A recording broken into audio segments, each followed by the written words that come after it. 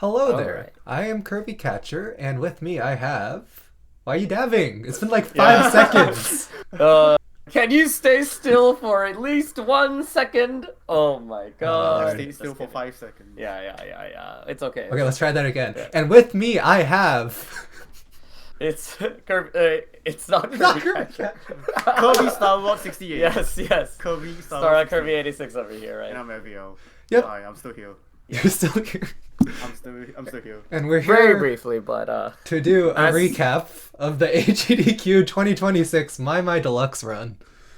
yeah. So while it's still a little fresh and it's only been like about a little after a week for us, and before Raveille has to go back to Singapore, we decided to do a full reflection, just some of thoughts that we had overall, all of the effort built into developing this run, deciding the songs in the showcase, how the showcase went, the importance and responsibility we had being the $1 million milestone for AGDQ this year, and just our general thoughts all surrounding that. I think that's going to make a fun video. So, Yeah, not anything super scripted, but we will try to keep this within an hour just because I have to go to a doctor's appointment. But hey, that'll it's keep not us concise. maimai related, presumably. I mean, I was going to No, say not it would this be time. really. Not this time. Yeah. Yeah. Not this time. Yeah. Let the kids know at home that that you may see that if you played a little too much maimai, you might get negative repercussions to your joints or your muscles, or more importantly, calluses developing on the joints. We don't around say that here, part on too. stream though. Yeah. Instead, we talk about the donations made, so it's always good. Yippee. Always good, yeah. Yeah. Okay, So I'm go ahead. gonna start the timer now, and then it's a sort of free for all. We're gonna talk about our thoughts, and then we'll probably go segment by segment. Okay, 3, 2, 1, go. Why don't you guys start us off? Great timer. I can start off by saying that Yeah. I think on the day itself when I woke up, I had a pretty bad itchy throat. A I lot had of to people like, did, honestly. yeah, Yeah. I had to basically take some meds, some lozenges, and I'm just like praying that it kind of goes away by the time showcase happens. That was why I think a month prior or 2 months prior, I was asking the staff, it's like, are the headset mics adjustable? Because I might have to cough quite a bit, and I don't want to like just cough directly into the mic About every that though, 5 minutes. in the end, I didn't really feel like you were doing that, so that part went well. I was, like, I mean, first of all, it got a lot better by the time that happened, and Yeah. if I did have to cough, I was just kind of having to adjust. Like there was one point I took off my headset to Yeah, cough. yeah. But I think it was quite seamless that no one really caught it. So And think all went well. and I was fighting jet lag from Japan, so Which is certainly. Oh, we can say the word crazy now. By the way, that was crazy. yeah, no, it was a uphill battle to be kind of trying to overcome, but I think it was strong enough, especially as the schedule kept pushing the game a little further and further later. So, yeah, except that the further later it was, and the more that I had to quote unquote stay up or whichever, I think I did take a nap in one of the days, and that helped really. I remember. push. Yeah, You're in the stream room, and then you were like, "Oh, I'm gonna like tap out for now," Yeah. and then we didn't see you again for the rest of the day. yeah. Which is like fair Kind enough. of generally. Duty is over. It's really funny how it turned a gamer sleep schedule into a regular person sleep schedule. Yeah. So that's just how it be. But it was still fun. Actually, I think we talked about how we all felt then going into the run that day. How did you feel going into the run that day? Did you have like the butterflies in your stomach, or? It was, I mean, the whole time it's been like, okay, there's 1 month till the run. Okay, there's 1 week till the run. Okay, there's 1 day, there's 1 hour. Just kind of like this Yeah. feeling of like, we're working towards something, all this prep work we did. And of course I was like super nervous, even just like throughout the whole showcase. But one thing I was definitely going to talk about was how much better it got as we went along and kind of found our natural element. But that much is kind of a given. I think it's also just the other part was gauging the perception of how well people generally thought it went, because kind of up there. Absolutely. I was wondering to myself, is this going well? Is this awkward? Should I be saying more? Should I be saying less? And it's kind of like, okay, now that we have like the hindsight, I think just overall a lot of positivity, a lot of really good feedback from people all around. And I mean, yeah, I think we normally I'd just be like, we're just going at it. We'll just keep a good time going and everything. But I think when you see the projector and you see the performance and you see the stream mirroring and everything and the audience cheering, you're much more aware about how everything is macroscopically, especially because of how our game was placed as the $1 million milestone and the incentive of trying to hit that as you reach the final goals. Oh yeah, by the way, we didn't know that the 15 incentive would be the $1 million milestone until that morning of. Yes. We kind of assumed it was just going to be like 2 separate incentives, one for Utage, one for 15. So like, not exclusively. That was the assumption prior, but then the fundraising committee, they actually organically change goals and plans based on how the event is performing. And they decided that, we know that maimai can historically make pushes, so we will do it again. We're doing it again. We're doing it again. Honestly, that's kind of insane to me thinking about it because of the fact that rhythm games don't usually raise the same amount of money as a final day event does. But this one did. So it's really encouraging. It really does. Guess we could think of some of the opening aspects is like maybe how we got here in terms of like what this run even signifies. Like I think, and even all the way till the final day, there were still some people thinking that this was going to be done remotely at Ikigai Arcade in Pittsburgh rather than here on site, right? Yeah. I remember Bobby was talking about how one of his friends was like so confident that it was going to be remote. And Bobby was like, look, I'm the donor reader. I'm the host to be host for this. Yeah. And their friend was still like, nah, it's not happening. And it's just like... No, absolutely. I feel like even now people are still thinking that this is like the stream itself, like the maimai cap is done in the Ikigai Arcade downstairs. But no, it's literally in the stream. You can literally see like my hand going through both cameras at once, like my body and my arms. We have photographic evidence. It's like I don't have that long of arms. It's now live, like actually wheeling the cab in, and that was amazing, honestly. It was quite funny. It was really funny.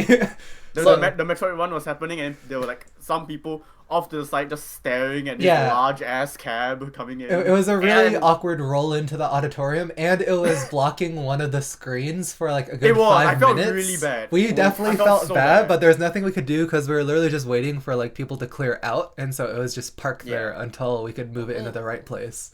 On the plus side, I'd like to think that Super Metroid... look, so this year they've adopted a parallel dual stage approach, which made this entirely possible without compromising setup time in between runs. And so due to that, Super Metroid was purposely performed on the other side, farther from the door, which makes maimai able to roll in the cab, bring it to the left side of the stages, closer to the door, just affecting the audience that decided to sit down in that area, unaware about what might be coming in the schedule. But oopsies. I'm definitely going to overlay some photos of that over this segment. They also had to, in anticipation of this, the cab has to not be on the stage risers because they learned from Ubi. Placing a cab, the stage is too wobbly. There's not enough of a base when you're trying to put downward impact that would distribute cleanly. So if Ubi can't work, surely maimai will not work either. So we put it in front of the stage where the left stage couch would be instead. Well, back couch actually, I think. And then we had to move the couches and also clear out the center left audience with to create that as the quote unquote back couch. So you could see in this footage right here, it looks very clean, but this is actually not the intended location of that couch plus the screen. You can see the maimai cab even blocking that space. Yeah. If you search any other GDQ game, you'll probably see I'll put a setup, photo of it, but essentially as soon as it came from Metroid, the top of the maimai cab was just blocking the audience camera, and we were dying. Yeah, you can tell it's like, oh, what game is this? By the way, guys, on site. Yeah, on site. This on screen was after they adjusted it when tech crew realized that it was blocking the audience cam. Yeah, that's the level of it went through. Not only that, bringing this cab up was hilarious too, because the freight elevator is located inside staff-only areas, which meant you had to go through the commercial kitchen. We have some fun photos of that. So you take this winding, all carpet, by the way. Don't try to drag arcade cabinets through carpet. It's through the hotel. Like, the hotel was carpet, and then the kitchen was tile. It's constantly fighting you. Yeah. You have to drag it all the way there, then navigate it carefully through the kitchen. Smell the fresh marinara sauce that someone was eating from room service. Then get it over that really slow freight elevator, and ta-da, you're in the second floor. You gotta carefully move it, and there's a bunch of other curious onlookers and gawkers. And there you have it. Yeah, there'll be like the occasional, oh, that's maimai. Yeah. Good luck for the run. Yeah. As you're like pushing it. Or my favorite is, oh, did you know that they're moving this, by the way? You know, like as in the audience, we have to move out. And then I'm like, I'm the runner. I was like, oh, my bad. Yeah, sure. All in all, it wasn't that bad. I think it was just funny, especially the kitchen part. Very funny. It went smoothly. It went really smoothly. Mm-hmm. Absolutely. So yeah, that was a great way of starting things out. Do we want to just go through some of the bit by bits before we decided to share about some of our overall impressions? Or? Real quick, I just wanted to talk about the inception of the run. And that was kind of like early 2025, learning that maimai was officially coming to the US. I mean, we had the test location 1 year prior, roughly, a little under a year. Yeah. But there wasn't any news from that test location in California about like an official rollout actually coming. Because that was the case with maimai Pink, I believe at the time, was a test location. That was the version? Yes, that's right. That was in SoCal. In Southern California, in a few select locations. Dave & Buster's around Irvine, and Round 1 Puente Hills. And obviously the City of Industry. The original maimai cab did not come after that test location, so we're still just like holding our breath for like, is this time going to be the actual time that it comes over? And then once we learned yes, and especially learning that Ikigai was going to be seeking an official cab, it was like, okay, now's the time. We're just primarily it was I would say last summer, summer 2025, when there was confirmation about confirmation. maimai cabs would actually be arriving and on site by the end of the year. So that too. Yeah, it would be by in round ones it would be by fall, which meant by Ikigai standards, then it would come around the fall-winter period. It was kind of like those little bit pieces about like all the specific details we need to fall in place, especially regarding whether HDQ would be returning to Pittsburgh or not. That was also a question that we had to wait till was answered, and we don't think it would have been impossible. SGDQ. Yeah, at the end of SGDQ, I was watching the stream being like, okay, are you back in Pittsburgh? The answer is yes. And I think it would have been possible to perhaps do it at like another location, but definitely much harder. And perhaps not with Ikigai. Other locations would be exceedingly difficult without a great relationship with Round 1's management. Which is and hard. Also the devotion of being able to have this area siphoned off. And the expectation that the internet would not cease to perform, including whether you decide to do hotspots or not. I mean, you just had this Verizon outage that occurred to literally half the East Coast. So that's like 2 days ago. There's a lot of factors, and this is why we wanted it on site. Like, I would not have submitted this if unless Ikigai Arcade was on board and committed. And we can talk about how they're moving to Atlanta, Georgia for 2027 AGDQ. So it's like, as soon as we saw that, we're like, did we really just get this in on time?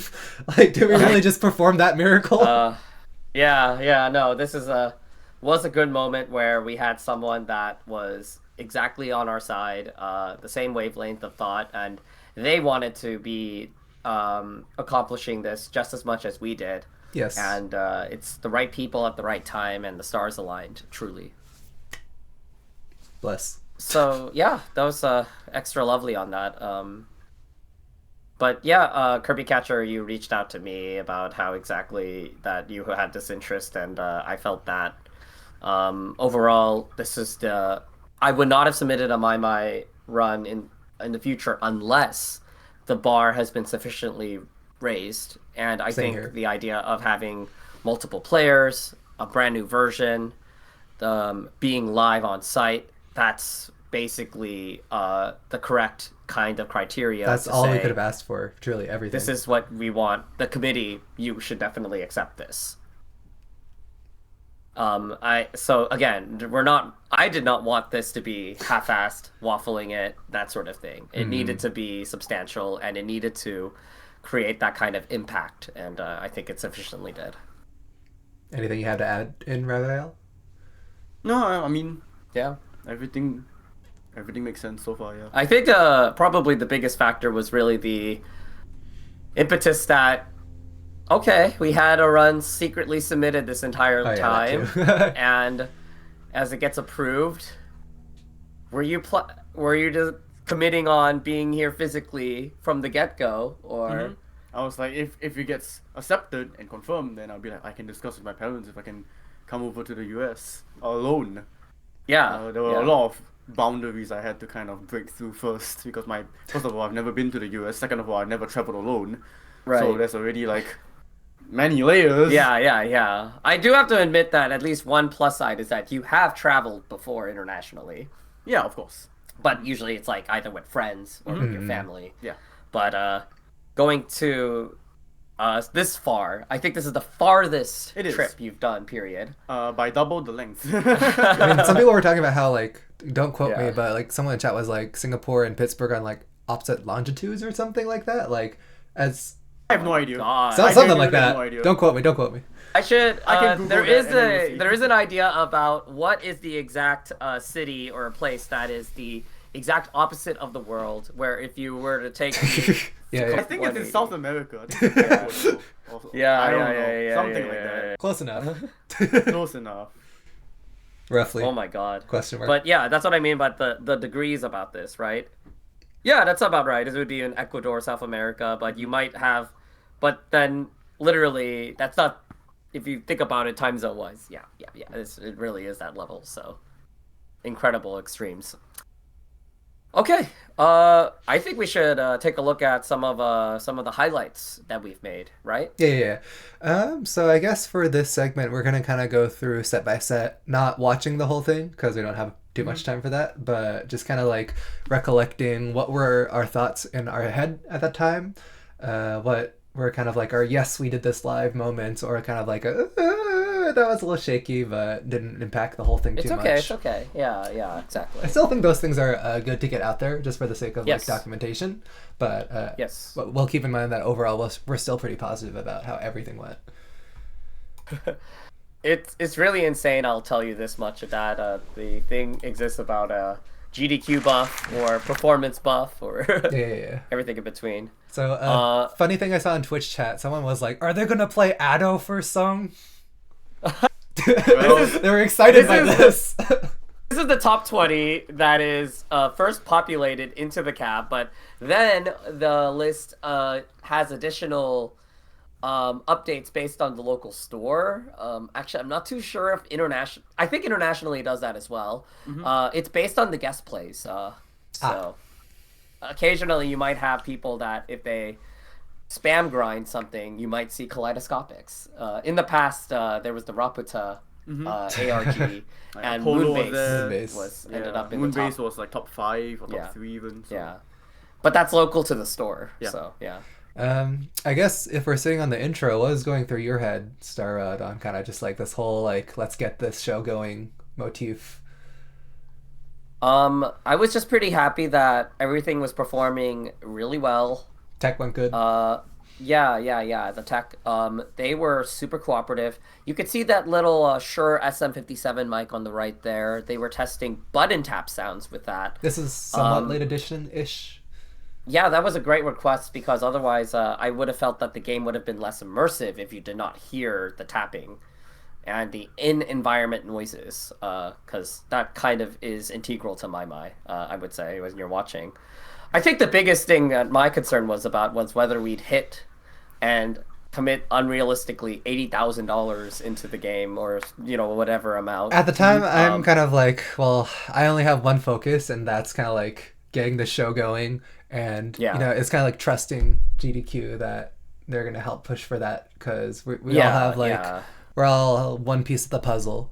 And so just get it all fitting together. I think things were generally fine otherwise, and being able to switch and just kind of making sure that I got all my routines met were pretty well. I think I actually do okay when there's like large crowd nerves and everything about it.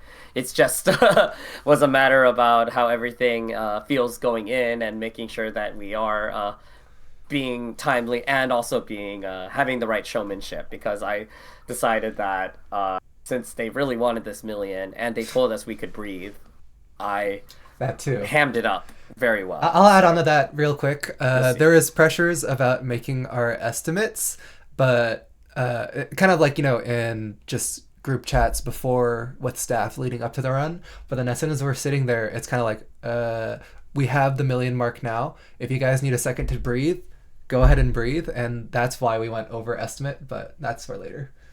It was just kind of like a vibe change in the moment, I feel. That was kind of something that was a little unexpected about just like how long we could actually take up there on stage. Yeah. I think the personal attitude was probably that as a whole, GDQ unilaterally needs to make sure that every run needs to run on time and things like that. But in like specific cases, they could, you know, be flexible about it genuinely. They just don't want to be in the situation of, oh, well, if you're going over, then you can go over, then you can go over, and yeah, there's special needs, exactly. Okay, let me scrub forward a little. We can start talking about your first set, and so I guess performance-wise, I think overall really great. Shoujo My Mind and you know, the Baka Mitai was the second song. Baka Mitai AP Plus. Yeah, no, absolutely, that was great. I thought I got this in the past, but I kept apparently whiffing one great. So this was always lovely to see. I just focused harder on the ending, and any of the spins are always hard to really do without honing in on what timing window you're like actually into the game. Why don't we see the pop-off happen if you want to just like kind of play that through. That is all perfect plus. That made up with Shoujo My Mind not being an AP, but it gave me two chances anyway, so I also appreciate the scoreboard showing frame perfect in that. Like, that was incredible awareness from the tech production. But people, look, you could see the Twitch chat over here. It's just like release the tension type moment for sure. Absolutely. It was the appropriate beginning. Shoujo My Mind is a little bit of a loud song to me, and the dotted rhythms don't feel that comfortable. Even though it's at 178 BPM, it's pretty good timing. But occasionally I would get fast greats. I wasn't expecting it there though, with like on the each notes, but it was in the first half. Yeah. I think you're fine. I would have expected it to be during the 12ths or a little later around the song, but this was totally all good, and people were still absolutely floored. So yeah, it was right after the first break. Yeah. I remember it. Yeah. Yeah. So it was on here. Yeah. That was one of them. That was one of them. There were two. Like, and then there was a set of chords, so it was about 3 to 4 notes total. So. It was three grades. Yeah. So there was two. Yeah, there was one at the bottom. And there was a chord one there. Yeah, that's right. Is there another one here? Or no? Similarly, but yeah. See that right there over Yeah. here, but that's totally cool. Especially People this didn't really section. notice. Yeah, I mean, you didn't drop this section, but my I didn't drop this experience section, but I is that- typically would if I'm not careful. Yes, so, timing is easy to have too loose. So I mean, and yes. kind of on that, it's like I think we both knew going in It's- that it wasn't going to be the guaranteed AP, definitely a possible Yeah. AP, but also we still felt strongly that it was a pretty good intro song, just kind of with its theming, the spacing Naturally. of patterns, and also just like the vibe. Yes. The two alternate songs we had in mind would have been Startliner and Tenkomai. So Startliner was the Ongeki song, and that Master 11 is like pretty good to share different mechanics. Then Tenkomai is the other DX song, but it's a little too Coco Melon. I don't like the song. Yeah, it would have been like we're introducing like a toddler's game. And Yeah, in terms yeah, of yeah, like yeah. our understanding, we know we're not, but in terms of audience impression, that would have been really funny. I think the great part about Chojo Maimai is in the second chorus, you get the RPG like spin. You get a spin, Yeah. And, I thought that was important.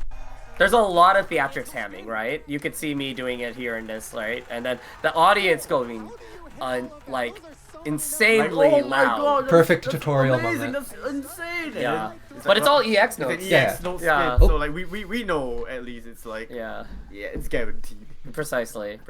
So, it's a wonderful introduction to everything. Finally, the last one that is quote-unquote marathon unsafe is Reach for the Stars, Three Colors. And there were actually a couple sections here that I went a little eager due to nerves. It's in the second half of the first chorus. I went one slide early and... Oh yeah, Yes, this, that's right. Yeah. I ended up taking swapped my hand hands. early, but that recovery was decent. It just ate a little. And then, so around here, this is a very subtle thing, and if you were to not notice, it's very understandable. But right here, Yeah, this I went one slide early Yeah. because I was anticipating that to already finish, but my mind wasn't thinking about that, right? And then this is easy to mess up, but I always keep doing it, but it always feels like I would slowly get away from that. But yeah, due to that mistake, my score was lower than expected by about like 0.1. Then over here, I've always AP'd the solo generally. I've had multiple runs where I've been at AP pace by this point, so been excellent. So not changing at all here. And now comes this drum solo. I do this strategy because I use the right button as my anchor, so I'm actually tapping the button, while the left hand is actually using the touch note. So at high BPM, it's actually really useful. Over here, I flub a little because I hit a note twice a little and it gets a little rushy. But after this, I was just prioritizing maintaining combo. Yes. And this here, there's no other issues, so it's pretty much just maintaining combo. This is why I had the combo overlay in the center as well. That honestly helps me miss less. And then people get to see big number. Yes, big number go number. up. I honestly changed it to combo for this whole showcase because it's a very easy overlay for players to, audience members to Just general view. people Yes. to understand. Yeah. Especially since I think 95% of people have never seen a rhythm game before. That's right. So, I noticed, Kirbycatcher, you still had your S rank border remaining on the Yeah, we can start overlay, moving into which- that and talking It's about not bad, it's just, that's a question of why is there a 4% in the center, right? This is a very common post-run question we got, and something I had in my notes about like, okay, we could have taken a moment to explain that, but it's just the S board in the middle. In case you're not familiar with it, this is like almost like a countdown or a counter till you reach S rank. So any mistake you make will impact that percentage in the middle. And so 101 is the max score, 97 is an S rank, hence the 4% on screen. And so, in theory, if you lose all of this percentage through mistakes, you will lose the S rank. And Yeah, it's impossible to get the S rank by that point. yeah, and I personally have it on just because maimai focuses a lot more on accuracy rather than just like strict combo count. Like Yes. especially if you like grate all the break notes in the song, your score goes down, but you still might get a full combo out of it. So just kind of I've always kept it on as S rank border as well, out of habit. For that exact reason as well, just to maintain everything, and also that I like having the full view of it, no matter what. I mean, only times I change it is if I'm hunting down for like an AP or something, and then there's like there's other border indicators, or maybe deluxe score, which is a incredibly Even stricter. tight accuracy tighter, window. Yeah. So it's just kind of a way to have a less overwhelming number on screen rather than like 100 dot whatever, right? Yeah. Okay, Kirbycatcher, why don't you go to talk about your first set? Your, in other words, the second set. So these songs were kind of like my warm up into the cab type introductory set. Magical Cure went well for the most part. One trend I'll kind of mention is like my ability to hit the patterns from muscle memory. I thought were kind of like executed well.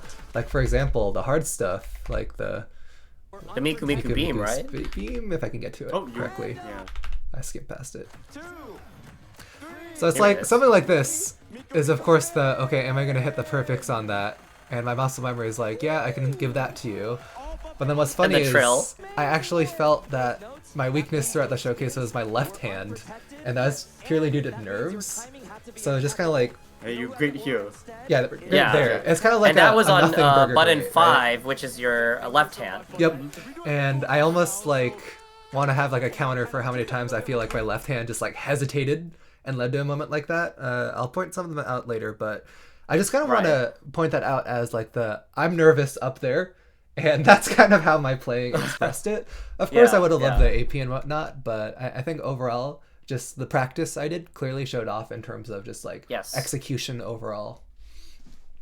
And this is what I also mean, by the way, for the difference between nerves in a tournament or on stage and the nerves that you might just get or the lack of nerves when you're just regularly playing, right? So there's that whole level of new pressure that's come on. Like Raveille, when you played in Tune of Them, how did some of those nerves feel with songs that were previously you'd think were a walk in the park, or you've always can reliably on command AJ? I think the nerves just kind of come from the fact that this is happening on like a live stream. Yep. And we didn't want to like mess things up to hinder the live stream itself. Rather than we know that there's like 50,000 people watching. Yeah. Like I think we had that like 50,000 people watching thing at the back of our head. We just wanted to make sure everything was smooth. Yes. And we didn't really care how well we performed. We just wanted to make sure that it was good enough. We didn't really delay the schedule too much, and then we just kept things going. Very true. Very true. Yeah. And So, how did you feel going into Southern Cross, the next song? I definitely was kind of like okay, my body's really tense from it, which isn't great for Southern Cross just because of like how intense it is for 13+. It's a lot of trill control. A lot of trill control. But I was still kind of like in that mindset of what Raveille was talking about to, okay, we need to have like a performance here. We need to keep moving forward. And that especially kind of like came cleanly in our little gag bit we had for this. Yeah. I'd like to think that by being able to pull off something like this, and you could see the 3DS in the camera, 3DS was clearly in shot too, which is we awesome. had to emphasize that the 3DS was below the cap at all points, just so we could do this gag. Yeah. You're ready to go with your actual phone, so it would have like a nice photo from the moment. Yep. And then I had my. And then you could see all the comments. They were just absolutely. Oh yeah. 3DS. Oh my gosh. Guys, did someone say Trills? They just love it. The selfie on that. Our producer as well, Helix. She was like, "Oh my god, you're doing 3DS." Yeah, The 3DS gag. That's amazing. it's beautiful. But yeah, And the I actually commentary think was on that point that's. too. Your Thank guys' you. gags. Yes. I had to send it. Full send. Truly. I think I had it ready to go. Look at how blurry this photo is, Oh dude. my No, I was surprised at the quality, and the distance it was able to actually capture, compared to the photo I took. It's funny because I can't even see Raveille in the photo I took. You're like a mosaic cut off? painting. Check the angle because you see how Kirbycatcher is in the middle. I think I had yours in here. I mean, You were still there. We're still It there. was just see that. You see that. And then you though? can also see that it was mirrored, so like. Yeah. oh yeah. Yeah. That's kind of funny. Pretty cool. It's lovely though. Yeah. Very, very high definition, beautiful lighting, all the works. Okay, so then I think this was the particular song that we wanted to make sure that, you know, like, oh, nerves are good, it's okay. We wanted to assure everything. This was Quattro. So, this is my lowest score of the event, including the 15s. Actually, I think you completely went off time. I think it's like I went off time. So there are a few things in my head at the moment. So yes, so that was the magenta potion section, Yeah. the windshield wipers. So my first distraction was I actually missed the break on 1 over here, the very top right button, and that was probably like a huh. Preoccupied your mind, right? The second thing was I realized in that moment, wait, I practiced this with the camera to the right and not to the left. Oh yeah. So your mind hesitated, right? You see how my body's angled to kind of like sink in on the left side a little bit? And then so my neck is just like, where am I supposed to go? I look like 45 off into the distance. And like you can see like my eyes like straining to reach the camera at that point. And then you could see the miss on 8. My body's like, something's wrong. I'm like, the feeling is not correct.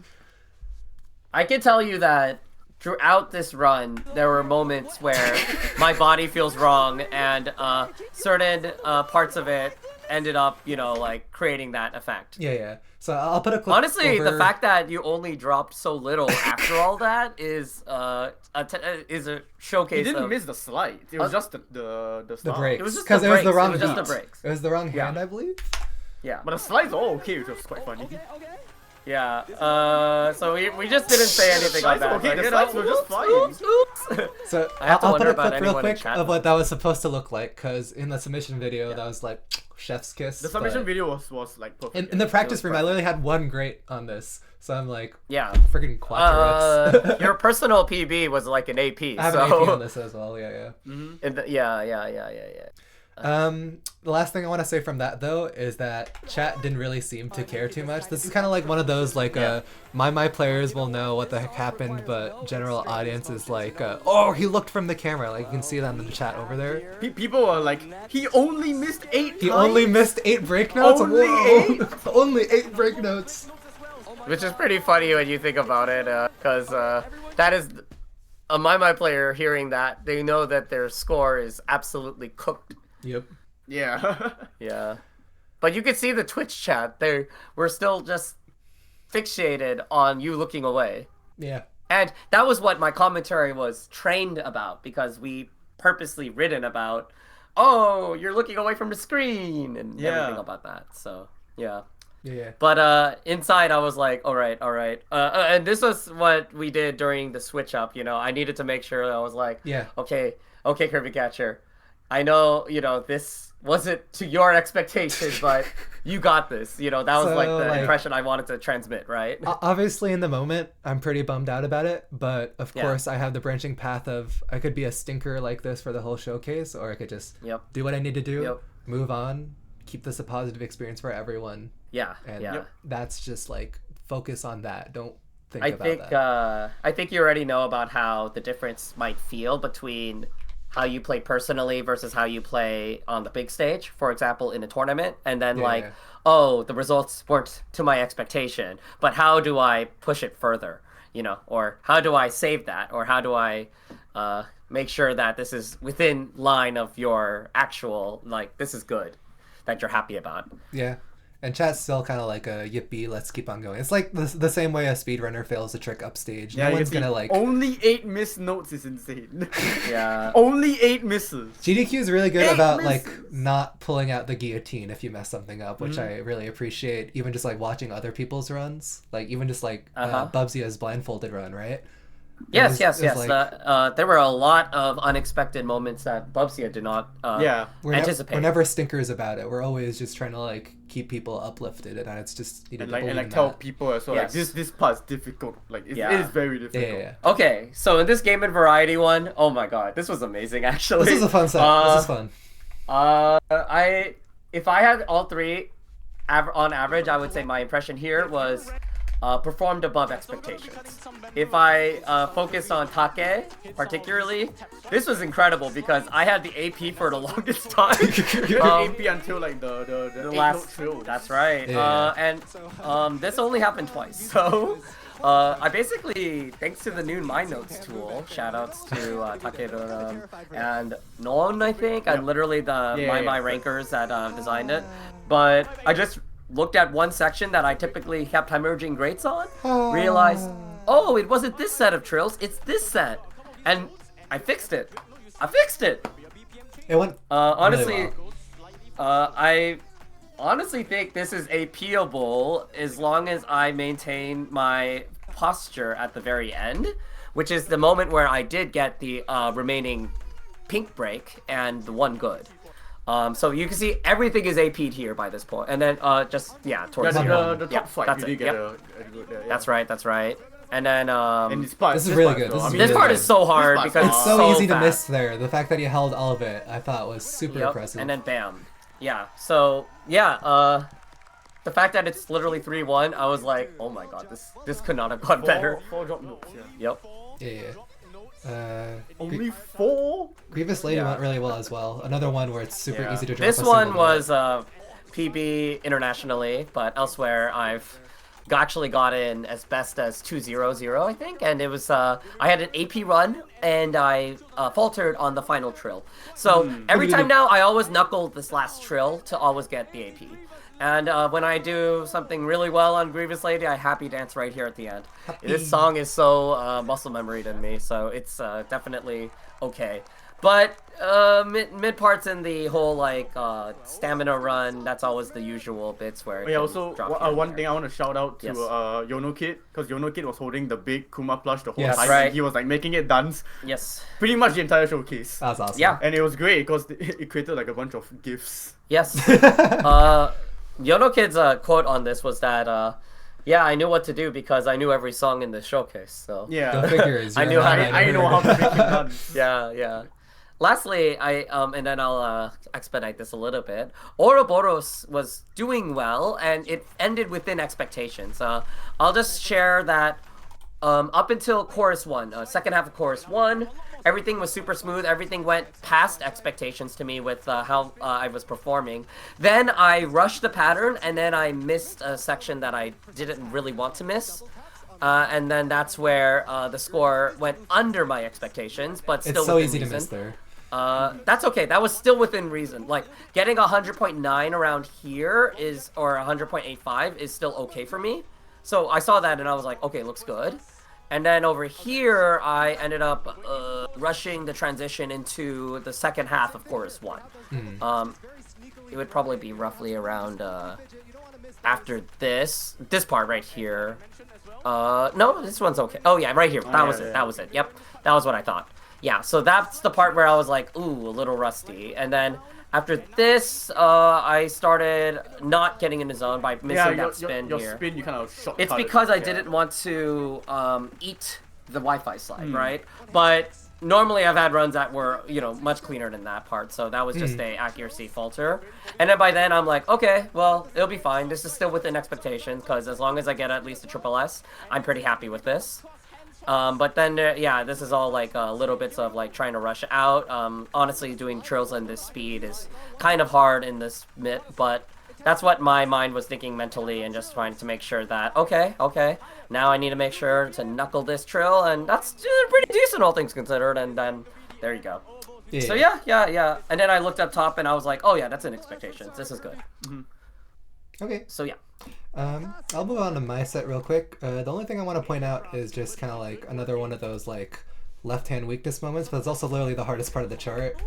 The ending, my left hand. Just the ending. Crypto-rhythm. I mean, So there's a lot of moments where I just like Crypto-rhythm one is- miss. It's just like that. It's just designed where the last 5 seconds Unfor- is just BS.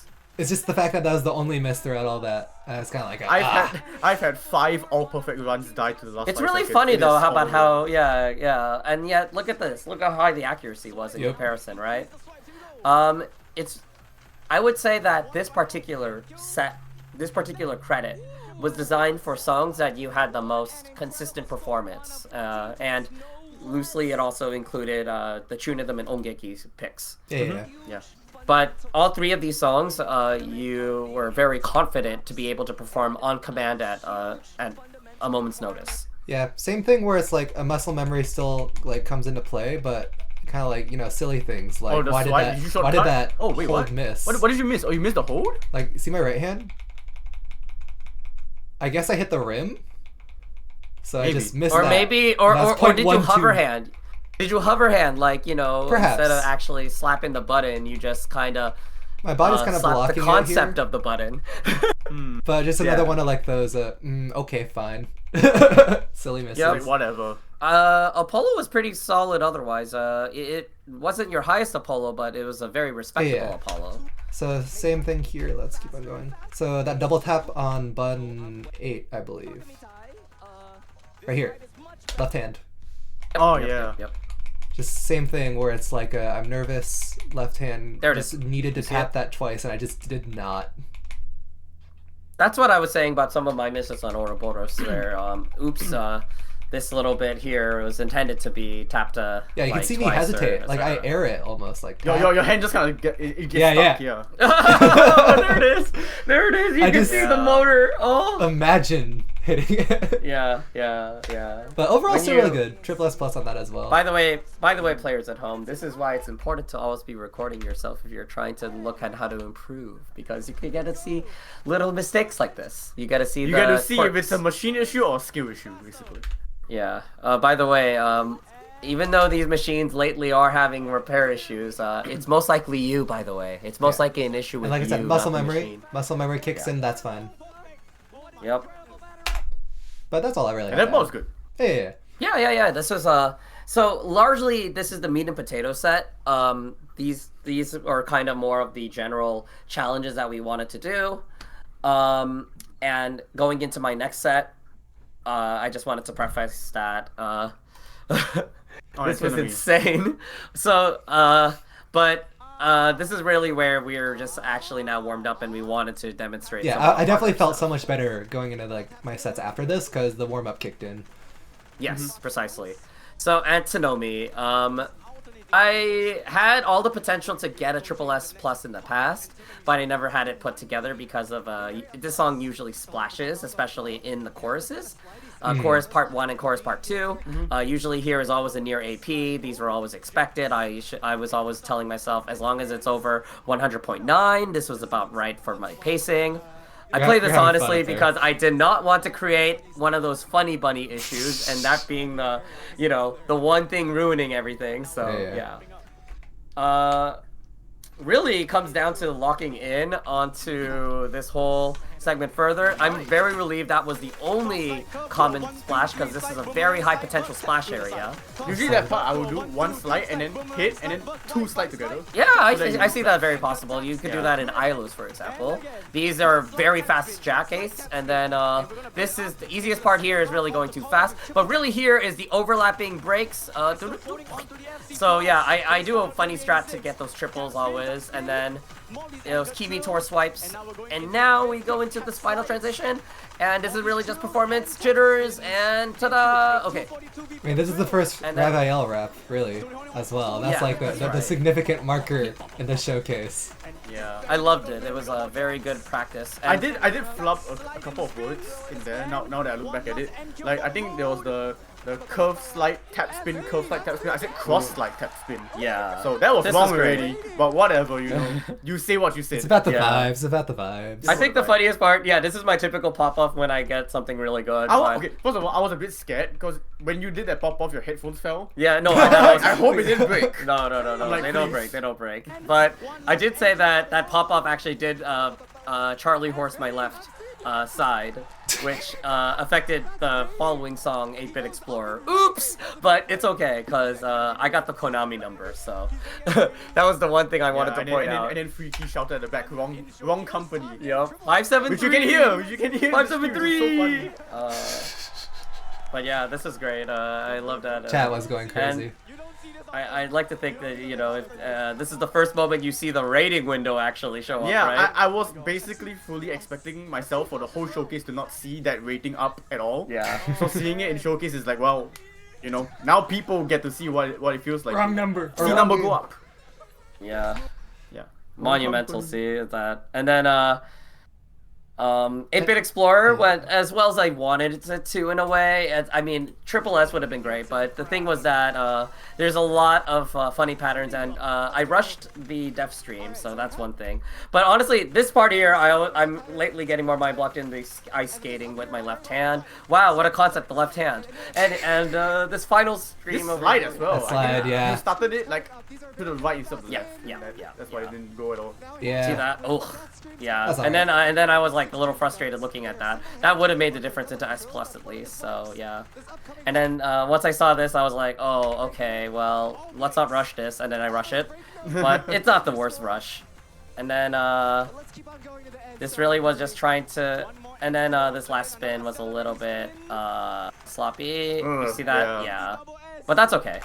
Yeah. But then I saw this was so close to the double S plus that I thought it was really funny anyway, and I it could had have to been. bring it up. I was like, oh, it's 0.0005. Yeah, yeah. And then I think there was someone in chat who was like, really? Only 0.0005? Sega, just give him the extra score. Just round know, up. dude, that's right. Yeah, Round up. yeah. You could say a lot of players have that similar sentiment. But you know, after the Charlie horse and Antinomi, this was like, oh, this is fine. This went really well. Now comes Wipeout. This is the funniest thing ever, man. I wasn't expecting that during the Hera section over here. By the way, I decided that I changed the brightness to regular Yeah. after But just hearing that. mentioned- That I was was like, a are you pure suicidal? improv moment. I was like, you know what? It doesn't matter over here. Actually, rewind a little bit here because this is where you'll actually see the tech, right? The Hera. So Hera this is one. what people get inspired by, the Hera tech over here. This is not the Oh, I Hera went too tech. far, I It's a went too little. far. It's quite Yeah, before. you went too far already. Okay, Yes, so right here. So this is the break. Actually, I was very happy with how Yeah. this part went, and then there it is. AP, and that doesn't always end up in AP. In fact, that's like the second time that ever happened for me whenever I did the tech, and I played this section way too many times, so I know. And also, I think I only got one great in total over this entire stretch, and it this went was really also accurately. incredibly clean. So doesn't always happen, but very happy that it did because this is where your stamina can like falter. This part's so hard. And Yep. then the breaks. Yeah. That's the part that lately has been giving me a nightmare because I'm like having a bad muscle memory, and you know, at that point I was like, let's not miss. Yeah. So Get the full I switched combo. the screen. Don't typically switch the screen unless I'm tired, but I was switching the screen to not miss, basically. And then I was like, if I don't miss and I don't rush the last break bit, I can triple S this and still have a good show. I think it went and well. that's what I did. It went really well. Yeah. That was honestly a great highlight, so that's why I was happy and gave a little bit of swagger afterwards. Yeah, and in my head at that moment on comms, I was definitely kind of just trying to like keep the hype going. I was like, GDQ does not phase this man because you got the I PB, heard. you got the Yeah, full combo. yeah. I think So- Bobby Blackwolf also chimed in at that point. Yeah, that's right. So I was just happy that we were able to demonstrate this. All right, let's get towards this next set of your 2 credits while we still have time for you. Yeah. So the final 2 sets were taken by me just because it was kind of like a leading out with like the 0.8, 0.9s, and I definitely just kind of felt a little bit more comfortable with like my practice on them to present them. And so going through some of it, I of course had some flubs that were like, whatever, like Straight in the Lights. I just barely missed. I mean, Straight into the Lights is just very triple easy S to on. flop any kind of hard part. Yeah, I think specifically what happened here is like I saw I had enough to at least like tank through the ending if I was nervous, but my muscle memory, the climbing Trills. my muscle yeah. memory went wrong on that, and I started just kind of flailing on that, and so like 0.2 off, and the final miss is what sealed it for me. Yeah. Oh, But still, the song's not easy though. So and if you're around this skill level, you're gonna have runs that look exactly like this. You have a run that's like high triple S, next run double S plus, next run high triple S, next run double S plus. It's like it either clicks or it doesn't. I was I was confident coming in. You win or you lose. Yeah. Yeah. Like I had some practice runs where I triple S plus from cold, and so I was like, all right, that'll be fine. But then it's kind of like a few days pass, and it's like, oh, where'd that muscle memory go? That climax pattern costs all the score, basically. Yeah. But that's all right. Overall, I'm still happy with the rest of the set, especially Flame Seal. 135. Your intro, like, what the heck? You should have seen Tilo and Yono Kid were like hogging at the AP. Yeah, because the breaks were so heavy, and yet you had no bonus deductions. That's a very high ranker sort of ending. I've done it before, and I'm kind of like, I see this happen, and I'm kind of like, it'd be funny if I just kept going on it, so I just really locked into the downbeat. I think that is 40, like 40. Yeah. I think that's 40 breaks. Yeah. Look at Tilo in the background over here. Even me as well. Even I was like, are y'all seeing this? Yeah, Tilo reacted wonderfully at my Hera AP that on was the wipeout. It was hilarious. That's like the inverse case where my players Yeah. know how good that is, but general Twitch chat does not. Yeah, absolutely. Twitch is like, this is the same thing as we saw like the last 1 hour and 3 minutes. Opposite of I'll tell you Quattro. this, that 135 is one of the most marathon unsafe songs we had in the set list. Yeah. Primarily due to the trill heavy ending and the final climax. And I'll point out another left hand moment over here. Left hand rushes on that. Oh yeah. That's a good Yeah, one. you kind of just slid into the break and you got to go. Which was very unfortunate because that would have marked a otherwise incredibly stellar opening. It would have been like a 0.9. Yes, absolutely. Yeah, you can just see my left Really hand good. go a little bit slippery there. Mm-hmm. It went down way too soon. When the left hand ends up as almost a peripheral hand, it takes a lot to really lock it in. In the main chorus, there are some inaccuracies here. Like, I was a bit surprised at some of those misses. Right hand and left hand there. And then also this slide is like, that was like the easiest slide I could have cleared. But I'm overall happy just because of how the outro went. So I hit the slides and breaks this there. Is where, this is where most of the score would get deducted. Yeah, just a few greats on these, which is kind of like a best case scenario, really. It was okay, yeah. And then hitting the end trill. Yes. Usually that end trill, if you miss that, you go from triple S to S+. Yep. Also, were you okay doing this part? Because you're like, Monkey on fire. No. That's supposed to be the hype. That's supposed to be the hype marker. It's just that there's only a way to have to increase velocity, and that's like the only matter. So yeah, I was just very happy on that. And Solips created that same too, except that this was your rap moment. yeah. So yeah, lastly on Solips, it's kind of like when we were deciding songs, I was initially kind of like, can I really do this? Just because of how inconsistent the key patterns are. But I think I spent like 10 hours in total in November practicing Solips, and then I was able to just kind of get like a lot more of it on command. So, I mean, there's a lot of sensitive stuff, but really I'm talking about the ending. So the overhand, Yep. timing this is so hard, and then not missing due to like overlapping sensors. Oh, and the jacks cost you the triple spot. I didn't realize. But we seeing the border is like, this is potential. As long as the AP's I was this, nervous. then you know. Left hand, miss. And so that's my one miss for that. But that's overall still kind of like I could have missed so many breaks into this moment that I'm okay with that kind of being like the sacrifice in terms of like. You could have had the double S+, or worse. I will say this whole Solips rap part was inspired by this Chinese meme. I think it's on Bilibili or Weibo. I forgot which site it was, but it was a Chinese meme. And then it was, I think, audio only with the overlay of the chart. And then someone on Facebook, this guy called Yuki MR, who is like a really good player. He got 3rd in qualifying for KOP. Right. 5th international, I believe. And then he decided to use that audio and do his own Solips AP run and overlaid it with the audio. Oh man. And then he posted it on Facebook. It got very viral within the Chinese maimai community. And I'm like, if we're gonna do Solips, I'm gonna do that but in English. Yeah. 黄键性蹭掉 tap touch tap tap touch， 然后再打7个 touch， 这里别蹭3号键，滑一下，接着打 tap touch tap tap touch， 然后再打7个 touch， 这里别蹭6号键，滑一下，几个 tap， 1个 touch 后，2个 touch 后，3个 touch 后，然后从后头开始往屏幕中间扒拉6下，这里错位都是 touch， 先看准再往上打，不要粉，不要绿，不要灰，交互之后嘟嘟嘟打打嘟嘟嘟16分交互，嘟嘟嘟打打嘟嘟嘟12分小三角，嘟嘟嘟打打嘟嘟嘟16分交互，128、123、136、346、2个键扫键接错位。Go into the nitty gritty about some of these final songs, but I think overall it was kind of like they did the job of just like showcasing what we needed to, which was the .9s.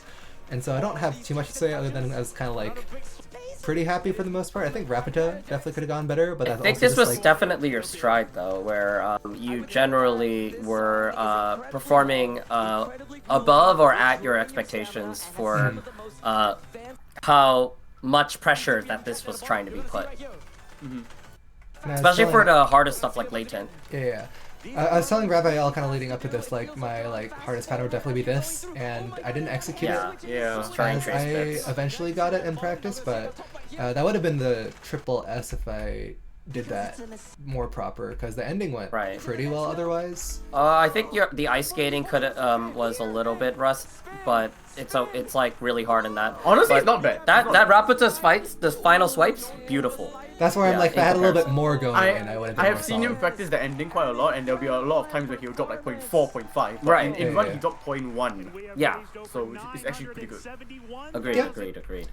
And then Black Box went really well. It was actually one of the ones I was more nervous about just because of how new it was.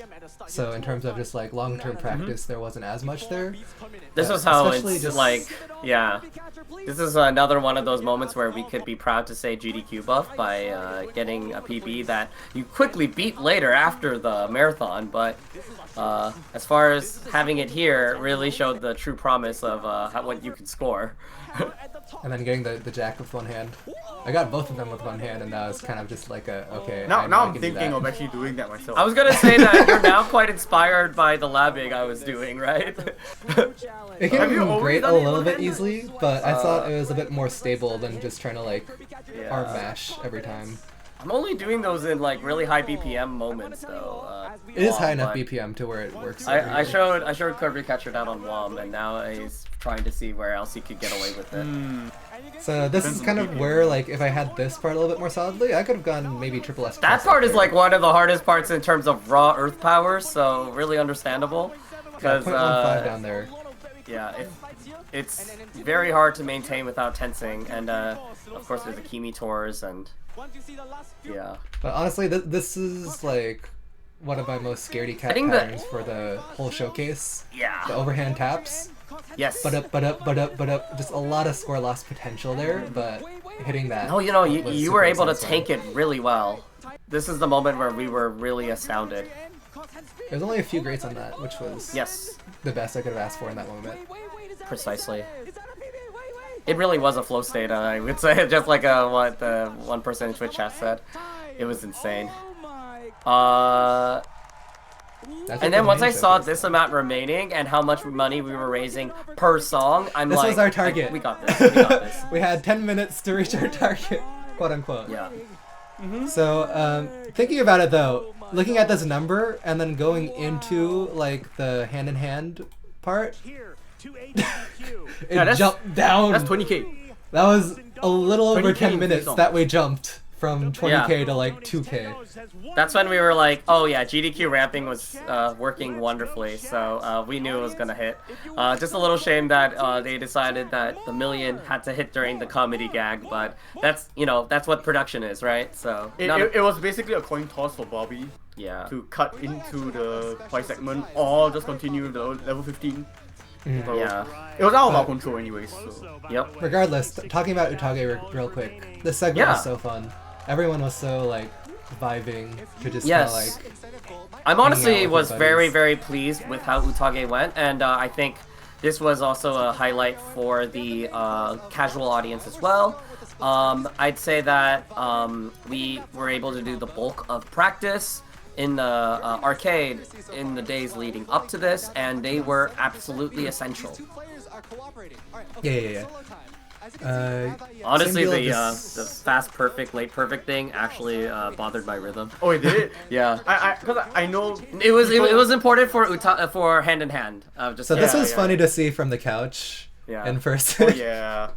I mean, I bet it's funny to see from All my- everyone in Yeah. the hall. All my friends in the back, they called this live Yaoi. GDQ Discord chat called this Yaoi as well. But And then, the camera every- angle change helped fix Yep, some of that. Absolutely, otherwise you just get the back shirt. Chat's really happy about it too. A lot of them are They're talking doing the about counter. it's just like yeah. it's wholesome having your friends come up. Most of it is just talking about the countdown of the 1 minute. It's a good backdrop to have though because it's super supportive. JoJo character and his stand is a great comment. Yeah. Short friend here. Yeah. I see you. Yep. And So, yeah, I thought getting it was this fun, too. strong of the accuracy. Honestly, Seiya, that was a really good coordination of it. I definitely think we Yeah. can high act this in the future. Quick thing as well. During that one part where the slide was very slow. Yes. Initially, I just wanted to stand in the camera and do nothing. But then I'm like, I need to be a bit more involved. This is GDQ. I can't just stand in the camera and do nothing. So I decided to just clap along to the song with the audience. Honestly, that was a That was great great, moment that to was keep great. everyone Yeah, here we go, invigorated. Yeah, here. Yeah, that was super theatrical. It was last minute as well. I think it was like the last 24 hours before the showcase. I decided to change from just standing at the camera to doing this. Yeah, you can see on both cameras. This part is really hard to memorize that we had to be super involved. And I was on like the other sides of things. telling Kirbycatcher as well. I was like, you need to go down. If not, I have no space at the top. Yeah. But luckily, it went fine. Yes, absolutely. Our Yeah, I score was unfortunately had the immaculate one despite miss that. because I was trying to hit the note under the Oh, it was the hold. note inside the hole. Yes, Yeah. the note in the hold. Because Those are. I tried hitting both on the touchscreen and that obviously doesn't work. It was by. It was out of instinct. Yep.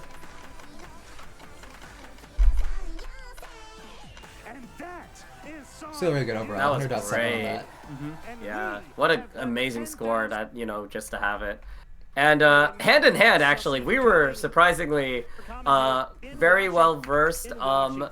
In spite of the nerves, we actually had a decent score. It's funny because he talked to all 8 of us, and one of us, or each of us, are like the, oh, I messed up. I had the miss. You want to know my favorite part was Yono Kid during well, actually, first, I was like seeing everyone doing this like trick because the upper half of the screen was inactive until Yeah, essentially. perfect with the cameras. And then most of hand in hand for me is autopilot because you could kind of, as long as you follow a quarter note metronome, you can actually still maintain everything. And audience figured that out as well. They're clapping. No That's right. like cue. Yep.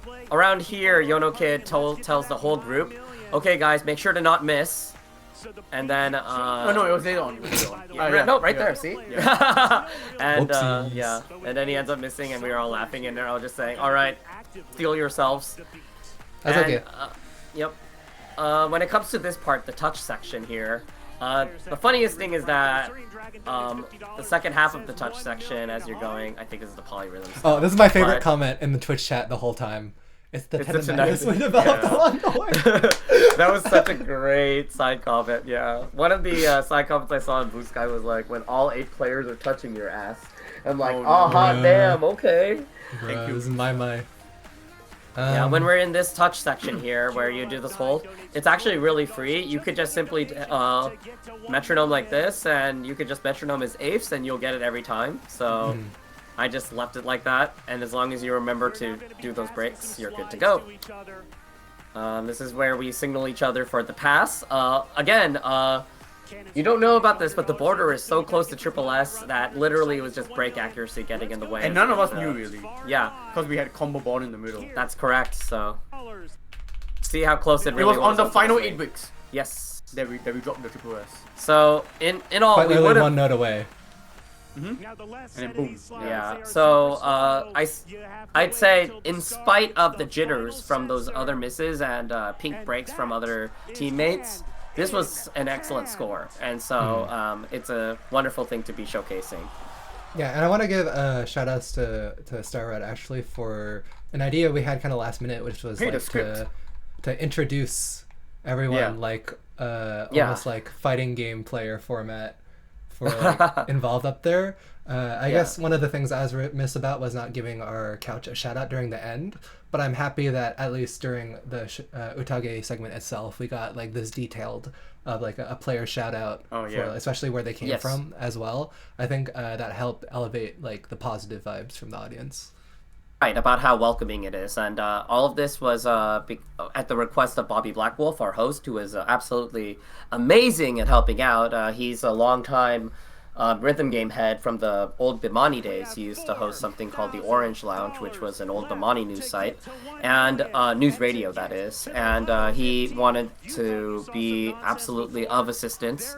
Since the couch was empty, he acted as the substitute commentator, and he performed that duty perfectly. So it was amazing to see. $3,000 left. Yeah. So yeah, I think we could then go straight, like, dive into like level 15s or into the other final bits. But yeah, We can take a second to explain what happened here. So, Yeah. beforehand, they gave us a heads up of, hey, if you didn't make the 1,000,000 milestone during the run, we can do our prize segment first to give like a little bit more padding time just to make the milestone. Yeah. And that's something that they had scheduled already. It was more so a matter of changing the order of execution so that That's right. we could say we hit the milestone and do the 15s. Yeah. So they designed a 5 to 10 minute prize segment to ensure hitting it. This was just part of the safety of, like, you know, the consistency of the event. I know that as far as the chat and everyone goes, they might have felt that this lasted a little long, but that was because it was pre-designed. So that's what I meant by the crowd did well above their internal expectations of being safe, because they wanted to always, like, you know, consistently hit the numbers and things like that. But obviously, you know, it also gave everyone kind of this breath to, like, let us kind of ensure that we are at our fullest when we go into level 15s. So I guess kind of like the thing people were pointing out online was between us transitioning, or them transitioning away from us and actually hitting the 1,000,000, it took about 30 seconds. Yeah. So there's kind of like a probably the vibe thing. of like, oh, it could have just been on us anyways, and we could have just carried it forward. But I think the other thing I want to kind of like rebut against that argument with is I think they were also trying to be kind by giving us a break as well, Yes. because I knew we were going to be doing difficult songs that we kind of just Yeah. came fresh off the cab, and that they didn't kind of want to make the onus on us for making it like the quote-unquote stall to reach the 1,000,000, because even Yeah, though it was they- close, yes. they didn't know how long it would take. I also, yeah, that's also why the length was of a generally pre-designed time of that duration we said earlier.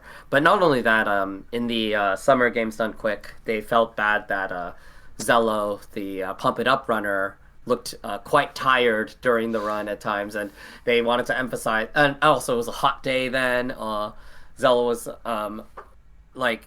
you know, needing the hydration. They wanted to take care hospitality wise. They don't want to do anything where it's like, we're gonna kill our runners, you know what I mean? Yeah. So this is just all like precautions and being sure that we are at our performance that we would like it to be. So these were like kind of considerate moves that are only seen behind the scenes, but are a little thankless on the other front. Yeah. Yeah, I think that's sufficiently covered on some of why this segment ran long. And we're in big head mode here to tell you about Big some head amazing mode. prizes that you can win. I know, right? I think there is some irony that they quickly switched to a big head mode sort of thing when everyone felt so tied into this $1 million anticipation, right? Like, it's like, what the heck is going on? That kind of like vibe, right? I think the restreamers were all like, are we not going to see the level 15? Yes, the German There's some restreamer uncertainty. literally DM'd me going, what happened to the level 15s? And I'm like, oh, hold on, I'm telling them what's going on. It's so good. Shout out to Juzong, like, you were great. They knew Waka, they knew some of the other music games, and we're loving the set list. So yeah, it was very funny. Yeah, but they Okay, did so- assure yeah.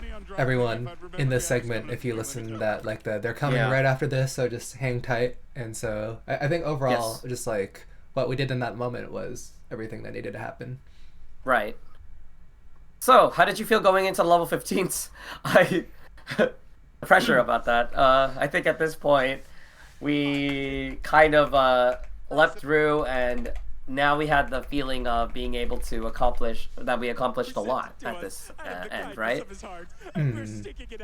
Like, Decide the way real quick. making new personal bests, gaining rating, even if there were moments that were like, this is gonna... I think on average, it was excellent as is, right? To me, it was kind of like the same deal of like, okay, I have the muscle memory to at least like keep myself focused on the hardest parts. Yeah. Let's try and shake off some of the silly mistakes I could make. In the end, I still made them, but also I was happy because both were kind of like my goal of keep double S at the very least, and I was able to achieve that. Absolutely. So, is there any particular sets that you wanted to mention during Tsunagite? So this was kind of like the same, well, not the same, but like this had the narrative arc for both 15s of I threw in the first half, in my opinion, but then I clutched the ending enough to kind of like keep my target in check. And for that, mostly, that was the spin, because the spin is all just muscle memory, really. And I felt questioned in that moment just because of the nerves. So that's like me either going too fast or too slow. That slide kind of just got like sacrificed. And then just the break accuracy as well. And then same deal up here in the cooldown where I good that break in the bottom left. Ooh, that's so fatal, yeah. It was just a misfire on the touch note, kind of like slapping upwards through the sensor. And so kind of going through the segment, I'm kind of like, okay, well, let's just try my best. Same thing with the miss there. Because you know that your border was at previous times well into triple S, but this is... Yeah, this was okay. The trucks could have been better on this, right? More accuracy would have been nice. I think the 30-second swipes are fine, honestly, because they're so easy to miss. Yeah. And I really talk about like coming in clutch for the ending over here, because it's 0.51 right now. And let's see. Did you drop to 0.4 or 0.3? 0.42. Yeah, 0.42. That is such a small drop. That's crazy. What? That ending there is like, again, max rating players would respect that. That's like what you would need in a run for triple S plus in theory. Yeah. It's like if you drop 0.09 at the ending on a triple S plus run, that's like you basically get the triple S plus. Yeah, I need to actually slow this down. But yeah, the muscle memory went well here. Let's keep going with that. I didn't mess up the handoffs because Kaleidoscopics can do that. Yeah, to hit you were able to do the triangles, you did the funny on the swipe, left, but it was fine. It happens. Yep. And that's what I mean, it's like, okay, I like had a lot of silly mistakes, but for some reason the hardest part is what I cleaned up just to like make it through the end.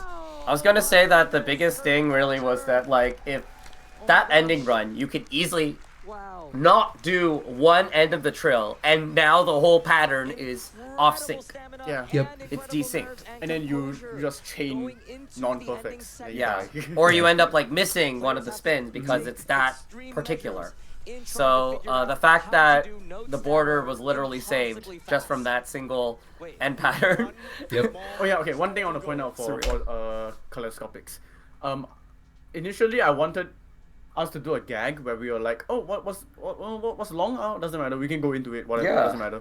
And then I wanted to psych everyone by saying, like, in the 2.5 minute mark or the 2 minute mark, I would just go, and that is the end of Kaleidoscope. Wait, we still got a second half. But since Bobby was already hyping up the level 15 incentive by saying that there were 2 songs, like a few hours before the showcase even happened, like I was watching the stream, and then Bobby was talking about the incentive, and he already said that there was only going to be 2 songs. Cat's out of the bag. And I was like, well, we are not going to do this gag anymore, I guess. Yeah. We can't do it, because everyone will know. That's fine, honestly, because sorta. when you're explaining to the audience that this would be a 4-minute song, I actually heard, from like, people the audience were still like, It was actually kind of like a ooh moment. And now the audience knows how extra hard this was going in. I have to emphasize as well, like, this is the first ever long song, first ever 4-minute song, and it's a 15, and then people just have like that image printed in their mind. So in a way, I think that's perfectly fine. It was fine. Yeah. I also chat pointing out I missed less notes on Tsunagite than Quattro. Yeah. There's some huge irony to that, by the way, I would say. Those are the real GDQ watchers when they remember. Yeah. Kaleidoscopics was really surreal to watch, especially the second half. And this is what I mean by, I think this cemented itself that you had some incredible performance runs that even the highest level rankers will respect. we'll get to that for sure. We'll get to that. Yeah. I will building say up to this that. is an amazing performance. So We have kind of the intro of the chart. The intro, like the first minute and a half, is honestly not that much going on. You mentioned it pretty accurately. It's just like a bleeder section.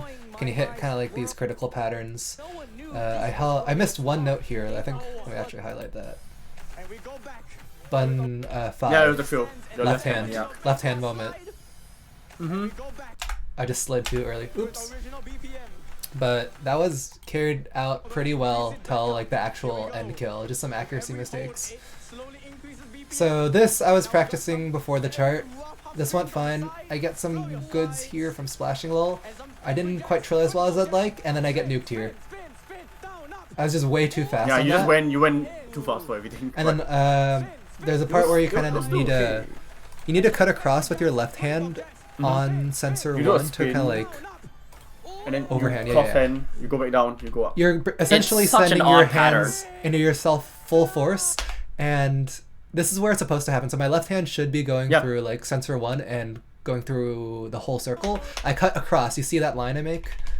This like straight down line. I didn't even like go in a circle at all. You didn't, yeah, you didn't hit button 2. that's not your muscle memory. Oh, and then your muscle. Yeah. And there's the misses as you can see, right? That entire It's bottom just half. that part is so easy to fumble because you're Yes. already 2 minutes into the chart.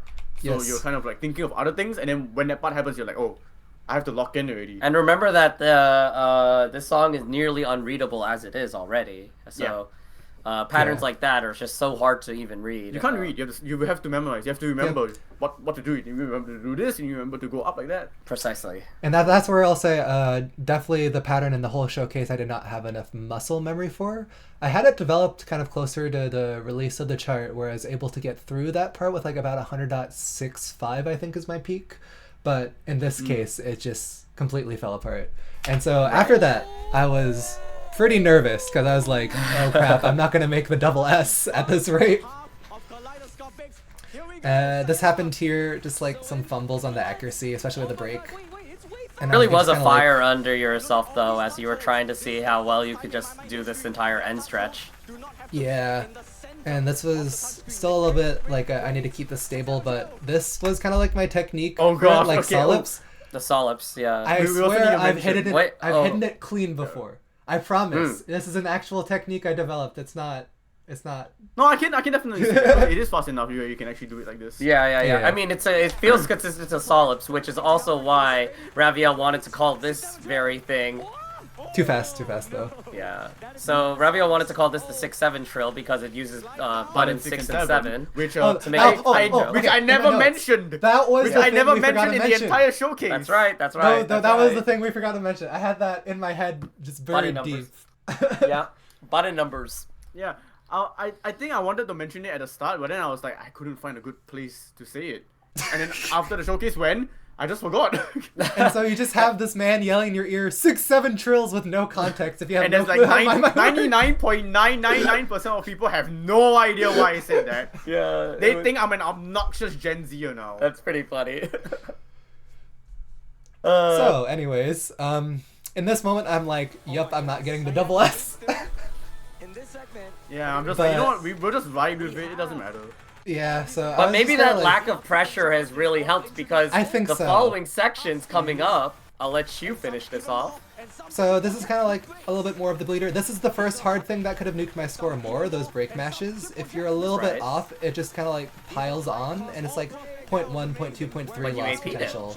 But I AP'd it, and it was like a matter of just like this is my first time playing it today. I have the muscles to just strike that, and Yes. it went through.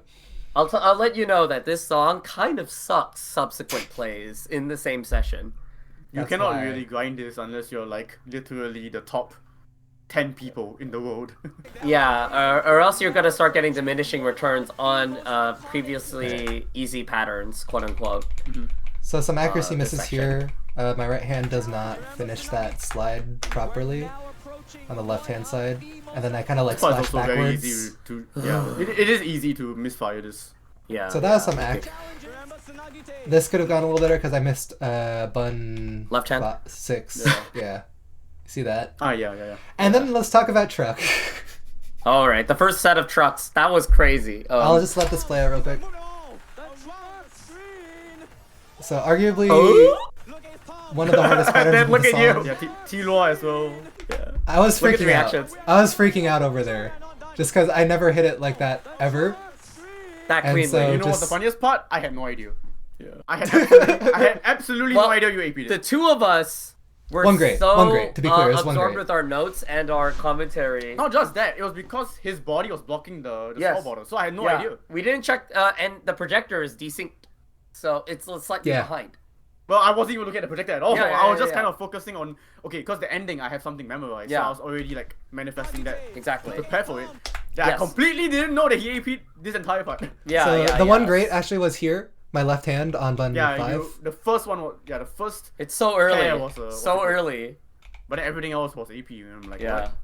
Like, how? That never happens. This is one of the hardest. Like, this is the pattern killer in many runs, because This just is doing why this kind of tech mashing is you know. this pattern no is one why can I do thought it to well. myself earlier that I'm not getting the double S, because this is like a 0.3 like on an average run loss, really, especially at Also, my the thing- current skill level. The thing with this pattern as well, that in Tsunagite you're only doing 8 pairs Yeah. in one burst. This one's This long. is 32. This moves. Yeah. And so 32 if your hand is not on the right sensors, you can splash the incoming note, which starts a good train. Yeah. Cascading. Yeah, because Yes. as well, Tsunagite you're only moving up once, and then the other side you're also moving up once. Here you're moving up, I don't know how many times, at least 10 times.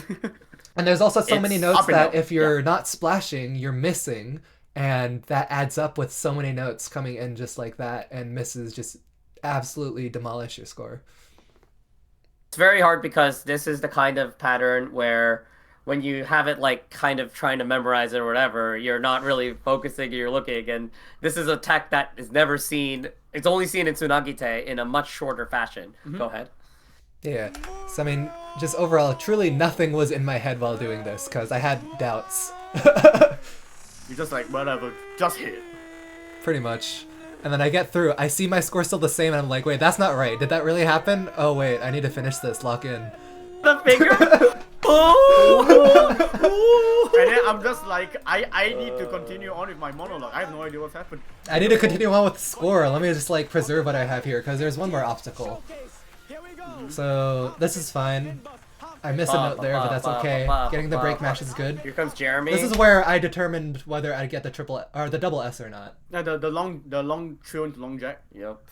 Because if But you're I off think on you the did sensor, well. Hyper trill. Yeah, I think It you did well on mispiles. Jeremy, to be honest. I don't did think it the was I that did bad. like 1 grade there, like 4 grades there. Yeah. And then Michael- this Yeah. is, I mean, it's so hard to explain Towel. this. Talent to Cross speed. hand, Yeah. okay, speed cross hand limits. 6 note burst, cross hand 6 note burst. Yes. And then it becomes a spin, and then your left hand is having the palm in like groups of 2 Yes. around the screen. Okay, So go ahead. I'll show you my technique for this, and then you can comment on it, Raveille. Yeah. I mean, this part is everyone does this kind of. Well, you can either do one hand on This, 6, one hand 6 this. notes, or 2 hands What? 3 notes. Pass off. Yeah, so here, your left hand is having to double, but for what Kirbycatcher is doing, he's doing the first double, and then changing hand, so his right hand does the next 2 doubles. Which I think happens for Pass off here. Sukiho's AP. Yep, here it is. Yes, that's who I learned it from. Sukiho. So Sukiho does this. Remiria and Non don't change hand, they just use the left hand to hit the 3 pairs, as per normal. As if that's a normal thing to do, but like, Yeah. Sukiho does 1 pair with left hand and then changes hand. Right hand does Doing 2 the pairs. reverse solips on this is crazy. I had some misses still, just because I skipped those sensors with my right hand. Sensor 7 and 8, right Yeah. here. I And then skipped it. there was also 5 that missed later, but yeah. But overall, it was kind of like if I wanted to make it through, I need the timing down, and for the most part, the perfects were coming out. And then this, I skipped some sensors again as well, so I get 2 Yeah. misses. But and also Yeah. the great breaks. But at that point, I knew I kind of like Yeah. met my goal. You got it already. So You yeah. bagged it somehow in the end, right? But that's what rather surreal about how you were able to accomplish the hardest patterns when it counted. So God. that's the win. This is the win that like only the maimai players would notice, and we're all the happier that you were able to accomplish this. So yeah, congratulations again on that. Yeah. To me, this is so like surreal. I think we did the job that we needed to Yeah. do. Of course, like It could have gone like much better. It could have been a better player going up there, but I think we did the job. Oh no. I always have the logic that you It's may not. be. It's not about the player. It's about the entertainer. I'll say. That's what I was saying. You can like, be the best player in the world, and you can have a personality of a rock, and then Mhm. the showcase will just fall apart anyways. And do you think you could raise $100,000 like that? Maybe not. You know what I mean?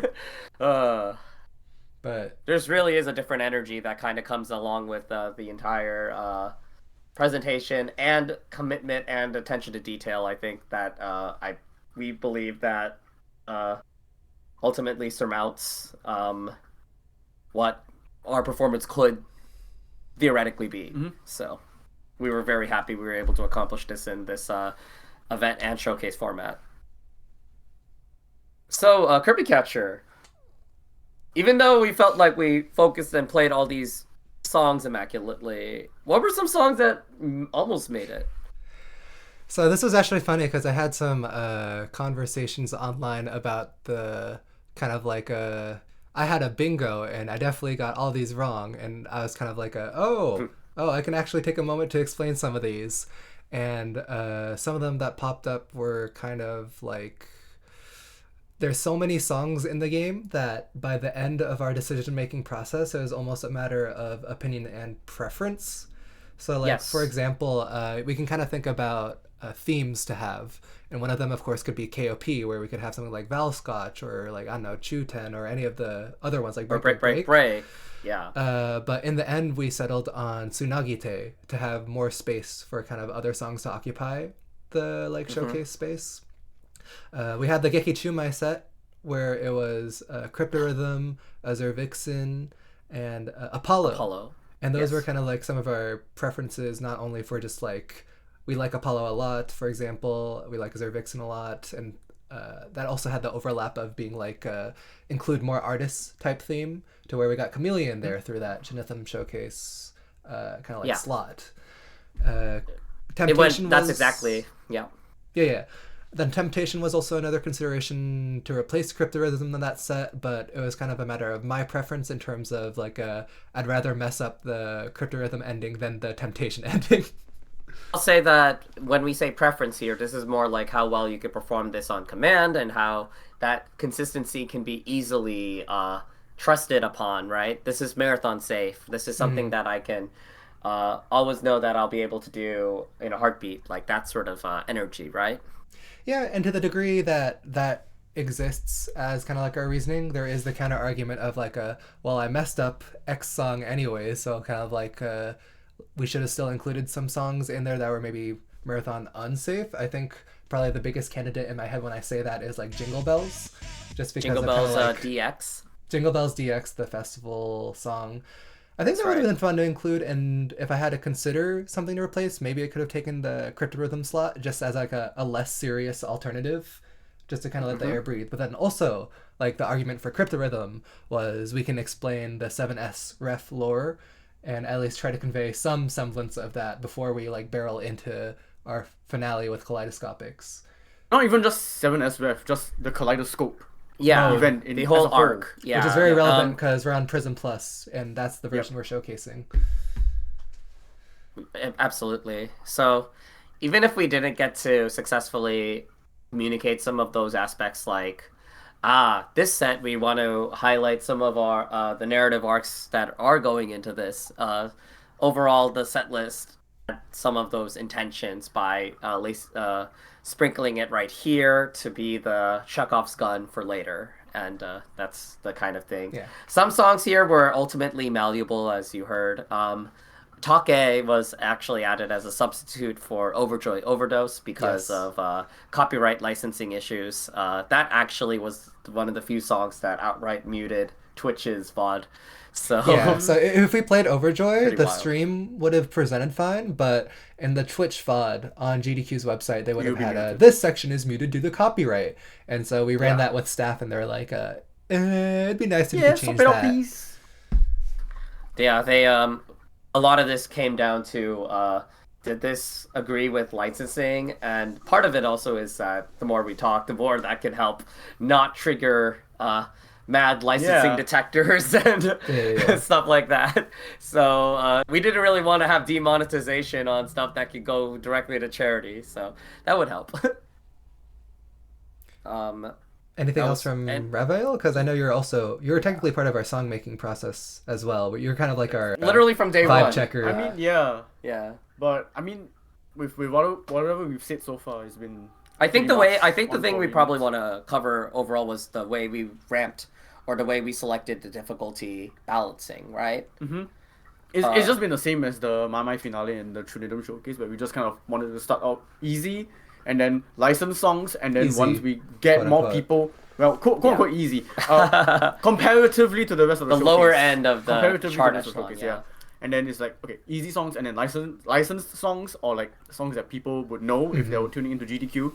And then after that, we just start to ramp up with original stuff. The highest, yeah, the cream of the crop, the best of the best there. Yeah, that's what we essentially did for Maimai Finale, Trinidad, and then with this. That inadvertently did mean that the original My level 14s took a backseat for the most Yeah, part because we they realized got that's off- kind of what that yeah. meant. We were looking through the Maimai original 14s and we were like, this is going to be difficult to put it in. Right. Without any like general significance of this song that made it stronger than this game and variety pick that we selected instead. Yeah. And also the theming of the set. It's also about trying to pick charts that look nice to a person that has no idea what Maimai is. Yeah. Because to us, we have a different perception, especially since we've played Maimai for so long. We know what this chart is going to look like compared to another chart, but then to a regular person, probably they just look the same. I think we appreciated the most is now that the color commentary distilled it down to certain patterns. That we received a lot of feedback that was one of the most helpful things to understand parsing through. But probably what could be better was the macroscopic idea about, all right, this next set will be these sort of songs that are ramping up to the top 5% of players. Then Yeah. this next set, the top 1% of players, or something of that nature. Because we knew that it was going harder, but how much harder or what degree harder it is. But we just had the patterns in the present for the most part. I think Bobby mentioned like when after, was it Bakamitai? I forgot. It was like, this is a level 13, but level 15 it gets exponentially harder. Exponentially Yeah, harder. that's why he commented on it. That was a good Yes, ad from yes. him, for sure. Yeah, no, absolutely. Those are some of the things that could be communicated a little better, but got lost in the sauce, primarily from the hype. The information overload Yes. that we have to get There is a out. lot Like to there's explain. stuff Yeah. that we have to say, and then Yeah. some of the other stuff that we might say eventually, we just get left behind at the back of your brain. Yes, exactly. So just like the buttons, just the like button even numbers. simple things like why are we Like even wearing gloves. Yeah, we I never mean- mentioned it. I think the same idea was in finale that we communicated it. So part of the guess on some of this audience was, you remember the my finale showcase, right? I was surprised that almost the entire crowd basically erupted. Yeah, No, they all know the My Finale showcase. yeah. So from, it was a love, 5 years love ago. hype. Yeah, it really comes to real how it comes full circle like this. Well, circle. Full circle. XD, laugh right now. Put in the comments if you laugh. Ha ha. I'm going to give some last final comments that regarding the performance that My Deluxe had done in retrospect to the entire event and how much it raised in this vacuum. Sure. So according to our site Alligator Stats, My Deluxe raised about 105K during its entire run duration, which marks it as the fourth highest for AGDQ 2026. I believe the only games that it was behind on were the obviously the finale run, which was at Pokemon Emerald, the Super Mario 64 70-person relay, which both myself and Kirbycatcher participated in. Hello. And Hades 2, which was also on the final day, which was to build up into Silksong. So We were basically the only non-final day 100K showcase. Or run, I guess. yeah, there were only Thanks, four. thanks in part to their 100K push, I runs. feel. Really. Yes. Like, GDQ staff know how to make it happen, really. It was a absolutely advanced baseball mathematics with that, but I would totally say that it's not solely because of maimai. It's largely a big part of it is the privilege of a game being placed in this moment. But if you have, and this is what I've always, am familiar. If you have the skills, you have the luck, you have the opportunity, and you maximize on that, something beautiful can happen. And I think for maimai, that's exactly what occurred. You just seize the opportunity, really. Yeah. I don't want it to be really a zero-sum reductive kind of game where it's like, oh yeah, well if Dance Dance Revolution was here, this could have been, that's not the point. 200K. But I do think you're given what you're given. Yeah, there is something special that we were able to activate, I think, and by being able to accomplish that as masterful presenters, that's a huge goal to be made right there. I'll tell you here that SGDQ 2021 My Finale was a bonus game, so to get that was 100K to begin with. But during that run and all the things with that created 120K for charity in that duration. So that would, to me, I thought that was a lightning in a pan moment. That was like, this is it. There's no other way. This is because of the COVID, everyone's at home. Everyone's at home. Only. Yeah, they can just freely donate easily. There's like no on-site audience. Right. So to have this occur again, having over 100K, when I told Jonas, I told Kirbycatcher right here this moment, look, I'd be happy if we hit 50K. Same. I didn't really set any expectation as well. It was like 50K sounds good. Like yeah, that'll be good. Yeah. It was magical. I know I said a lot. What did you feel about that? Ultimately, like, truly in our head, there are two goals. One is kind of like showcase this game we love. We want to get people involved with it. We want to present it in a way that's very appealing and to inspire people to give it a shot. And those were where I crafted my words, especially regarding the end speech. And of course, the second part, which is the first and foremost part, honestly, is just raising that money for charity, and that's what GDQ has been all about. And to have the ability for rhythm games to find their space in that type of atmosphere instead of kind of having like colliding vibes or colliding communities, it's just I'm so happy. Yeah, that's like the simplest way I can say it. Just like the fact that we can exist on this space and achieve both, like getting people in the game and doing this fundraiser, is something that I wanted to really be a part of, and I'm super happy to kind of like have been able to do that.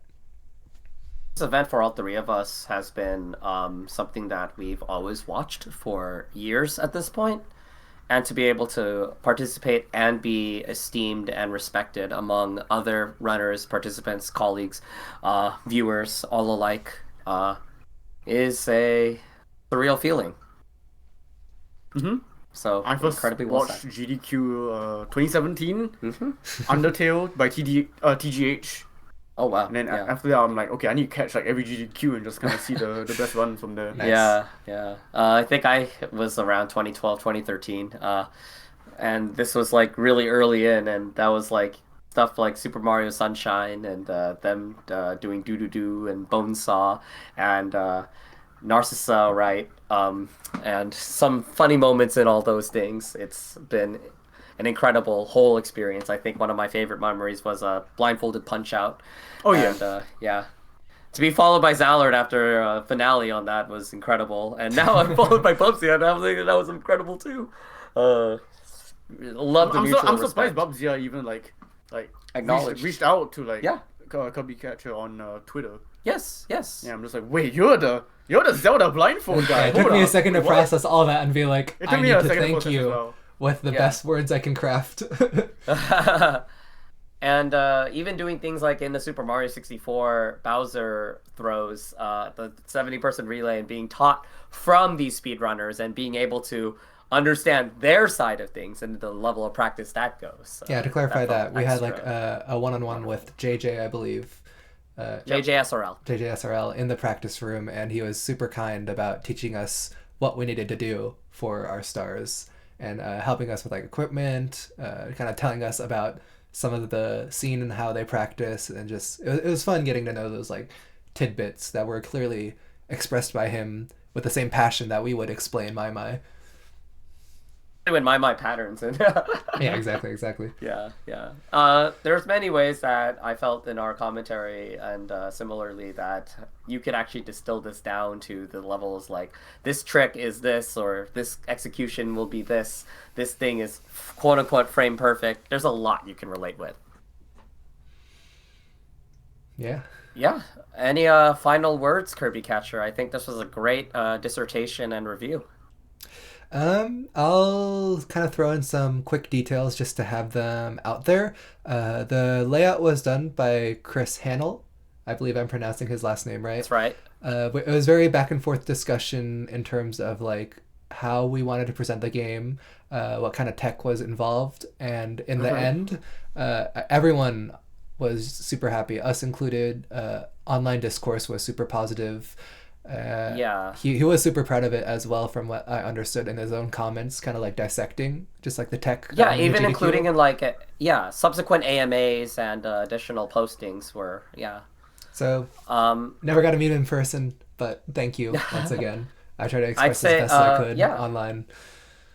And Chris Hannell's the lead of Support Class, which is a broadcast design company that is now that kind of spurned off from the production quality you see in games done quick. So definitely check those out when you can.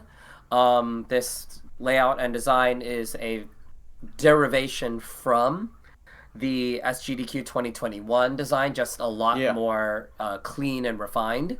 And we were able to offer our expertise with capturing the game and being able to participate in this in the past by knowing how the inside works to give them and the entire Games Done Quick production team the best they can do, so we can do our best. Yeah. And just because this is a question that came up to us a lot in post, in terms of capturing the maimai cab, there's a PC in the back, and we took a splitter, which had, of course, 2 video feeds out. One went back to the actual cabinet monitor that we play on, and the other one back to production.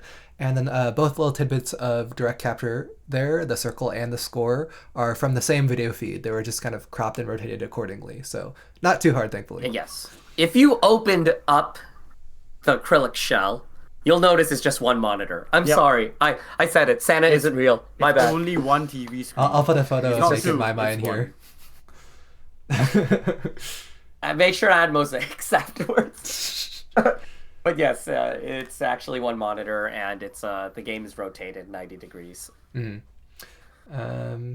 Any other little tidbits just kind of floating around out there? So if there are any other further comments, we're just going to be pretty much all around and just checking this. But I think that we accomplished something incredible out of this, and it was fun to be dissecting and just remembering all of the positives of our showcase, especially the tech that we were able to accomplish. And if you watched it, I hope you enjoyed. Yeah, thank you. Yep. Okay, that's all from us. I don't know. How do we wrap this up? And time. Oh, no, that was a reset. That was the reset button. Well, you still had it, more or less. Just check one frame. I hit the wrong key on my keyboard. Oh my god, you had one jump. Actually, I hope you should check the VOD on this if we were successfully recorded. Should be. Yippee. Should be. Should be. Bye. Okay. All right.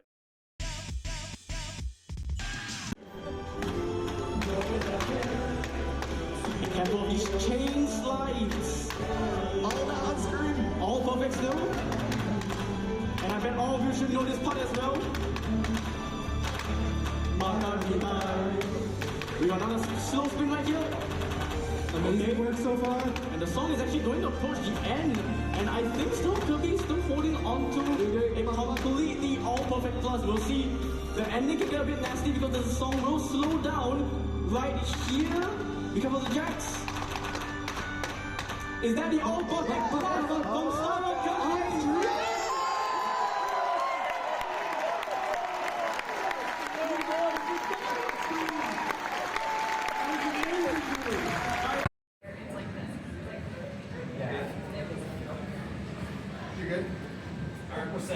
I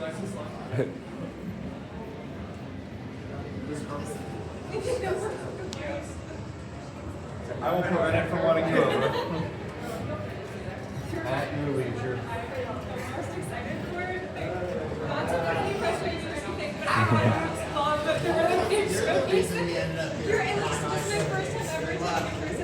$50 donation from Arlen that says jumping on the $50 train. We are so close to 1 million. Let's go!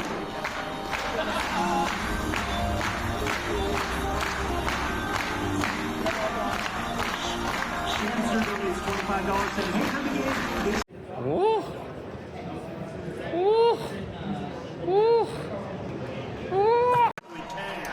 Like right about, alright, well someone's gonna ruin for it. There we go! When we hit that million, I want you all to go absolutely wild in the chat, but until we do, my name is Sent, this is Spike, and that's Dingus, and we're in big head mode here to tell you about some of the amazing prizes that you could win, because right now is the start of a new prize.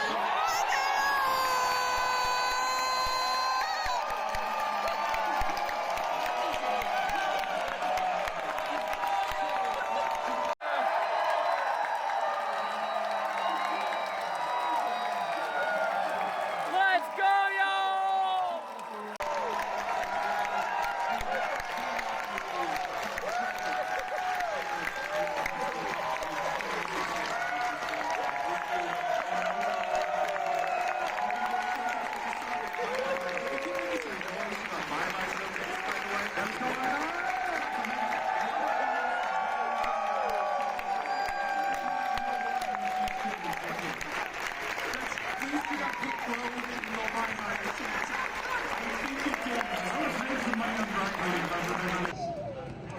How do I jump? Just up and down. It's like Smash in that sense. Just flying. Oh, this one's fast. Oh, not fast enough. Okay. Okay. Horse. Feels like it needs to hit the threshold in order to actually get it going. Yeah.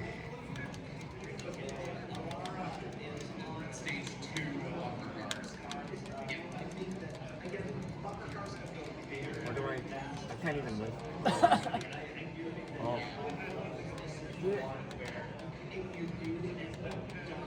Oh.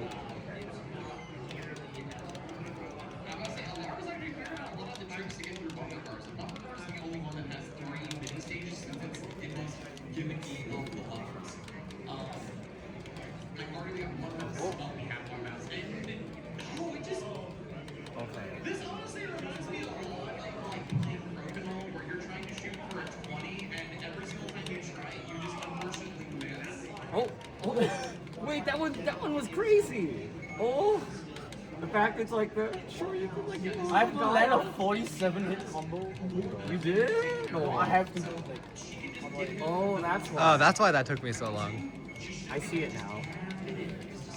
Oh my god. I love the little animations on each of these things. It really feels so hilarious on that. Now it's I really like the kick one. Yeah, I need to like think about how, because I want to definitely do the tornado kick more often, but then once he goes down and he's in the stun block, I break my combo. I don't know what to do. I'm just stuck at dealing a one hit combo every time. Okay. Game. I can't even do like a 10 hit there. I can I definitely believe do in you. it, but then I have to. Oh, I finally got out the corner. Oh, are you saying that the corner is actually bad for this? Probably. But now I just put him in another corner. Okay, we're whipping, but let's try. Oh. Okay. What did you do? What is that? Oh no! You got halfway. Yeah, that's true. I think that's a W in my book. It was a W with the last guy. Okay. It was like chaining the tornado kicks, because at least in my current unlocks, this tornado kick was giving so much combo hits. Oh wait. Okay. Wait, anytime he's stunned is like, it's over, it's over. Yeah, when he falls to the ground, like, you can't do anything about it. Yep. Yeah. Okay, well, the timer's about to go, so at least for you. Yippee! Oh. Thanks, try. It was really fun. Yeah.